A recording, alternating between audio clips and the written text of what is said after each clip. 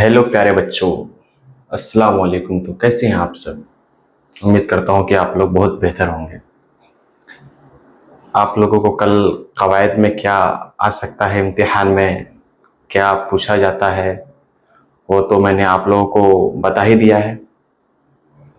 आज हम आप लोगों को आपके निसाब का जो कहकशां उर्दू है उससे मैं मजमून का पहला सबक, मतलब किताब का दूसरा सबक और मजमून का पहला सबक जो आपके निसाब में है, मैं उनको समझाने के लिए जा रहा हूँ, आप लोगों को पढ़ाने के लिए जा रहा हूँ।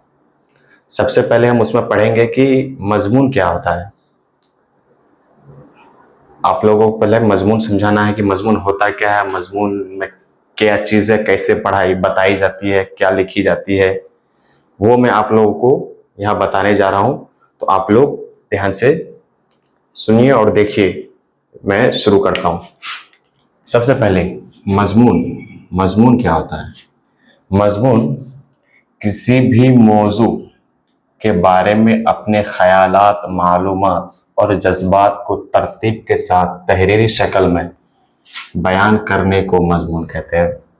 मतलब क्या हुआ कि मजमून जो है वो अपने ख़यालात, दिली ख़यालात और जज्बात को मतलब तरतीब से, अच्छे तरीके से, अच्छी तरीके से, अच्छे तरह से उसको लिखे और लिखा जाता है। मतलब लिख करके बयान किया जाए कि कोई भी चीज़ ले लिए, कोई भी मौजू ले लिए, उस पर हमको अगर मजमून लिखना है तो उसके बारे में हमको पहले जानकारी लेना होगा।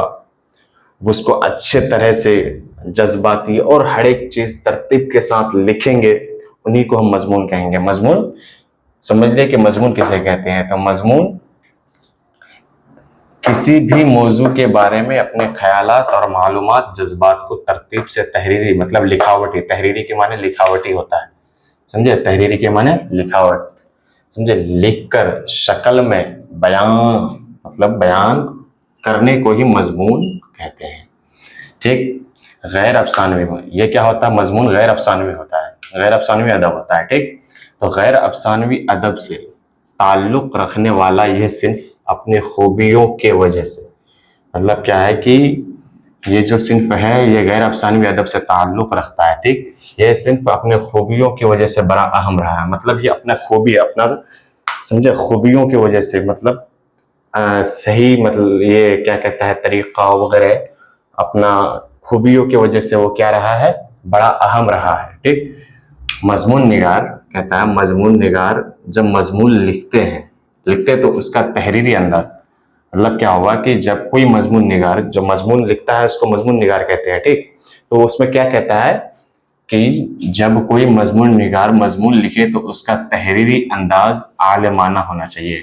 इसका क्या हो गया कि अगर कोई भी मजमून निगार अगर मजमून लिखे ना तो उसका है ना लिखावटी अंदाज आलिमाना होना चाहिए, जानकार होना चाहिए, पढ़ा लिखा होना चाहिए, अच्छा ये होना चाहिए, समझे?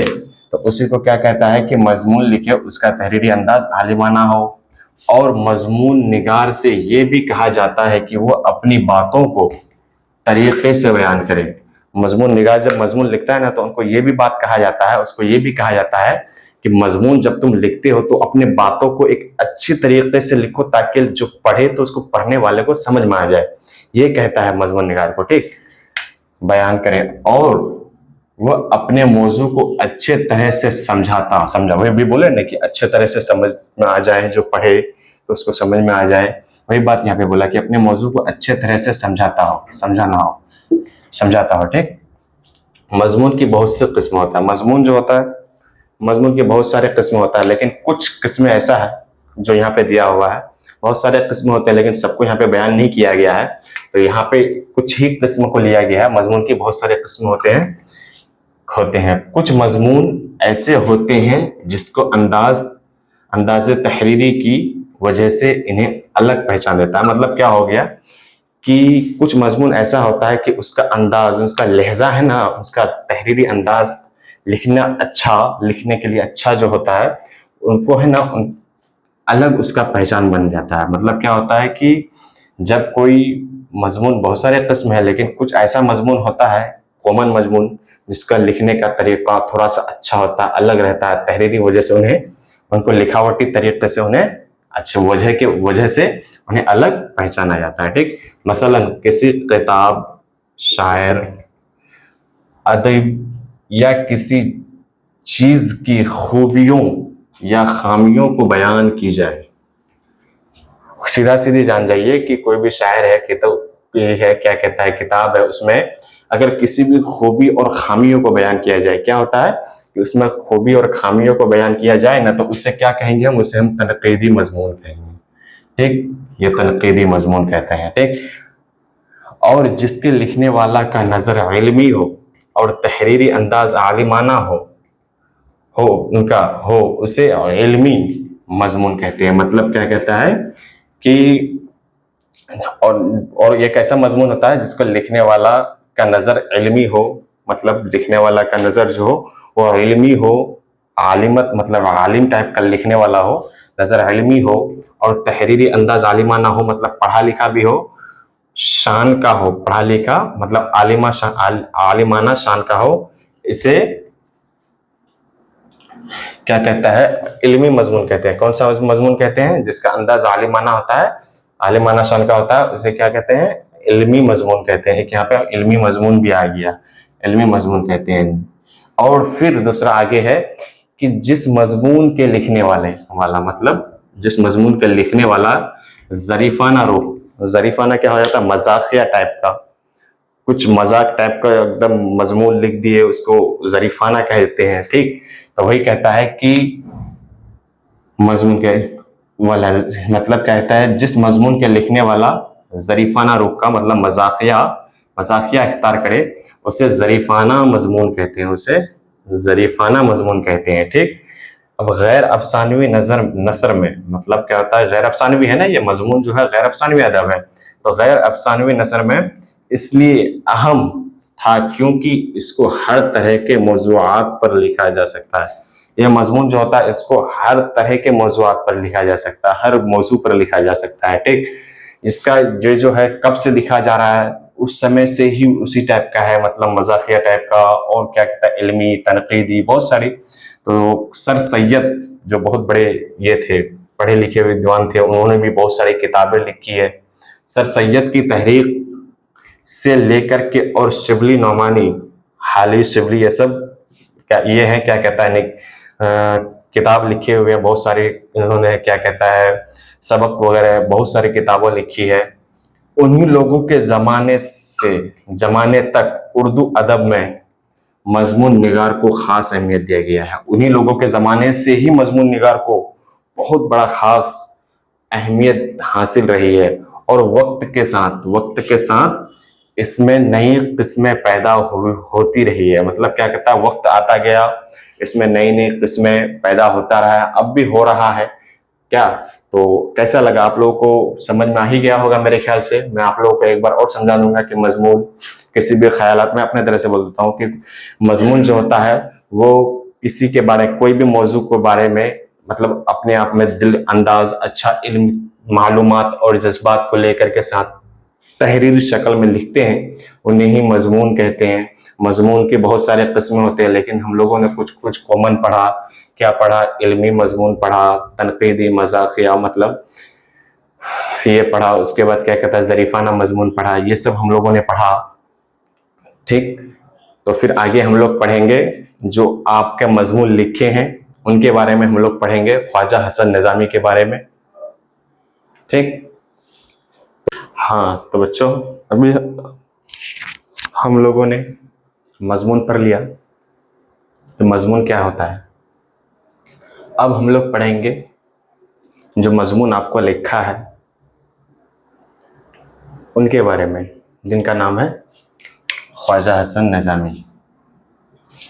ख्वाजा हसन निजामी की सवाने उम्री मतलब क्या होता है कि उनके उम्र में क्या क्या घटित हुआ, क्या क्या परेशानी, क्या क्या तकलीफें, क्या क्या खुशी, क्या क्या गम, क्या आए नहीं आए, उन सबको मैं अभी आप लोगों को बताऊंगा, उनकी सवाने उम्री को बताऊंगा। ठीक, तो मैं शुरू करता हूँ। ख्वाजा हसन निजामी की पैदाइश दिसंबर 1878।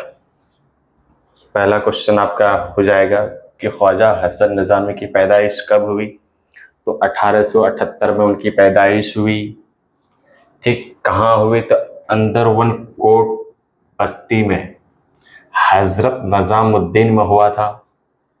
बस्ती का भी नाम याद रखिएगा, अंदरवन कोट बस्ती का नाम था। बस्ती में हजरत निजामुद्दीन में हुआ। ठीक, जो इसका आबाई मकान था, उनका क्या था? वो आबाई मकान था। ठीक, उनके पैदाइश के बाद इनके वालिद ने इनका नाम, उनके पैदाइश जब हुआ तो उसके बाद उनके वालिद ने उनका नाम कासिम रखा था, कासिम रखा। लेकिन उनके मामू ने उनको अली हसन कहते थे। उनका मामा जो थे उनको अली हसन कहते थे। बाद में अल्लामा इकबाल ने इनका नाम ख्वाजा हसन नज़ामी लिखना शुरू किया। उनका बाद में क्या हुआ कि ख्वाजा हसन नज़ामी, उनका नाम अल्लामा इकबाल ने लिखना शुरू किया। ठीक, और इसी नाम से ही मशहूर हुआ। मतलब क्या हुआ? ख्वाजा हसन नाम से ही, ख्वाजा हसन नाम जो अल्लामा इकबाल ने रखा था उन्हीं नाम से वो मशहूर हुआ। ख्वाजा साहब के वालिद का नाम, ख्वाजा साहब जो थे उनके वालिद का नाम क्या था? सैयद आशिक अली निज़ामी था। उनके वालिद का नाम सैयद आशिक अली निज़ामी था और वालदा का नाम चहेती बेगम था। माँ बाप का भी नाम आ गया। ठीक, ख्वाजा साहब जब कमसुन थे, मतलब बहुत छोटे थे, जब बोल चाल नहीं पाते थे, जब बहुत कम सुनते, मतलब तो उनके वालिदैन का इंतकाल हो जाता है। छोटे में ही उनके वालिदैन का, अम्मा अब्बा का इंतकाल हो जाता है। ठीक, और इनके बड़े भाई सैयद हुसैन अली शाह ने, इनके बड़े भाई था जिनका नाम था सैयद हुसैन अली शाह ने इनकी परवरिश की। इनको पाल पोस कर बड़ा किसने किया? तो सैयद हुसैन अली शाह ने इनकी परवरिश की, जो उनके बड़े भाई थे। ठीक, ख्वाजा हसन नज़ामी बहुत से असातिज़ा, ख्वाजा हसन नज़ामी बहुत से असातिज़ा से कुरान और हदीस की तालीमात हासिल की। बहुत सारे असातिज़ा थे, उस्ताद, टीचर्स, शिक्षक, समझे नहीं, बहुत सारे थे। तो मतलब बहुत सारे असातिज़ा से उन्होंने क्या किया? कुरान और हदीस की तालीम हासिल की। ख्वाजा साहब मतलब ख्वाजा हसन नज़ामी, वो जब 18 वर्ष के उम्र के थे तो उनके अपने चचा की लड़की, मतलब क्या होता है कि 18 वर्ष के उम्र में जब मतलब था वो, तो उनका क्या होता है, उनके चचा की लड़की सैयदा हबीब बानो से उनकी निकाह हो जाती है। पहली निकाह सैयदा हबीब बानो से निकाह हुई।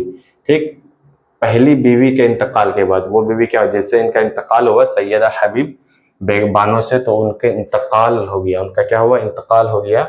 उनके बाद दूसरी निकाह सैयदा महमूदा ख्वाजा बानो से किया। क्या हुआ कि पहली बीवी का जब इंतकाल हो गया तो उनके बाद उन्होंने दूसरी बीवी सैयदा महमूदा ख्वाजा बानो से की। ख्वाजा साहब ने इब्तदाई ज़िंदगी में बहुत ही परेशानी से गुजरी। मतलब क्या हुआ कि ख्वाजा साहब जब ज़िंदगी में क्या हुआ कि जब ज़िंदगी उनका चल रहा था, उन हालतों में बहुत सारी परेशानियां आई है उनकी ज़िंदगी में। ठीक, उनकी भी हालत ज़िंदगी बहुत परेशानी से गुजरी है। ख्वाजा साहब की इब्तदाई ज़िंदगी क्या हुआ? परेशानी से गुजरी है। उन्होंने निज़ामुल मशाइख नाम से एक हल्का बनाया। इनका क्या मतलब हुआ? निज़ामुल मशाइख, एक होता है ना झुंड, एक ग्रुप बनाया उन लोग। क्या किया? निज़ामुल मशाइख नाम से एक क्या किया? हल्का बनाया, ग्रुप बनाया, तंजीम मतलब एक मरकज बनाया उन लोगों ने, नाम से बनाया। ठीक, हल्का बनाया और एक रिसाला भी निकाला उन लोगों ने। क्या किया? एक रिसाला पेपर, मतलब क्या होता है, उन्होंने एक रिसाला भी निकाला और अपने दोस्त के साथ मिलकर दरगाहों खानकाहों की इस्लाह की। मतलब क्या होता है, दरगाह खानका में जो गलत हो रही थी, गलत बातें हो रही थी, जो गलत कर रहा था, उन लोगों को सुधारने की कोशिश किया, उन लोगों को हिदायत देने की कोशिश की, इस्लाह की उन लोगों की। ठीक, इस्लाह की जिम्मेदारी ली। इस सिलसिले में इन्हें मुख्तलिफ मतलब बहुत सारी तकलीफ़ें बर्दाश्त करना पड़ा। क्या हुआ कि जब ये काम करता था, कोई खानका मजार में जाकर के इस्लाह करता था, सुधारता था, तो उनको बहुत सारी तकलीफ़ें, बहुत सारी परेशानियां उनको झेलना पड़ता था। उनको बहुत सारी मुख्तलिफ तरीक़े की परेशानी बर्दाश्त करना पड़ा। और उन्होंने 200 से, वो क्या किया, 200 से भी ज़्यादा किताबें लिखी है। क्या की है? 200 से भी ज़्यादा किताबें लिखी है। ठीक, कि किताबें लिखी है। सहाफ़ी की हैसियत से भी इन्होंने बहुत बड़ा मकाम हासिल किया है। सहाफ़ी की हैसियत से भी बहुत बड़ा मकाम हासिल किया है। ख्वाजा साहब ने श्री कृष्ण पर भी किताब लिखी है। जो श्री कृष्ण एक भगवान है, उन पर भी उन्होंने एक किताब लिखी है। ठीक। उनके बाद क्या होता है कि 1855 को ख्वाजा हसन नज़ामी का इंतकाल हो जाता है। यहीं तक था। ठीक। तो आप लोग इनको नोट कर लीजिएगा, क्योंकि मैंने इनमें क्या किया है, ख्वाजा हसन नज़ामी के बारे में पूरा आप लोगों को एक जगह में मैंने बता दिया कि ख्वाजा हसन नज़ामी की ज़िंदगी कैसे कटी। सवाने उम्री मतलब यही होता है कि उनकी ज़िंदगी कैसे कटी, क्या क्या परेशानी, क्या क्या खुशी, क्या क्या गम, क्या तकलीफ़ें, क्या आई नहीं आई, कब पैदाइश हुई, क्या नाम था अब्बा का, अम्मा का, सब आप लोगों को मैंने यहाँ पे लिख दिया है। इसको अगर आप लोग देखिएगा, एक बार अगर पढ़ लीजिएगा तो समझ में आ जाएगा कि क्या था नहीं था। तो फिर मिलते हैं नेक्स्ट वीडियो में। मैं इन्हीं का मजमून का पूरा खुलासा लेकर के आप लोगों के सामने मैं फिर आऊँगा दोबारा। तो फिर जब तक के लिए इतना ही, फिर मिलते हैं नेक्स्ट वीडियो में। तब तक के लिए बाय, अस्सलाम वालेकुम।